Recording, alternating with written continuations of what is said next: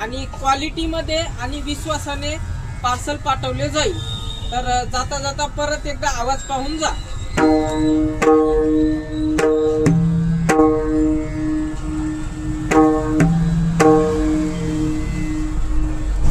जवळपास अर्धा मिनिट ते 1 मिनिटापर्यंत असं आहे पक्वताची।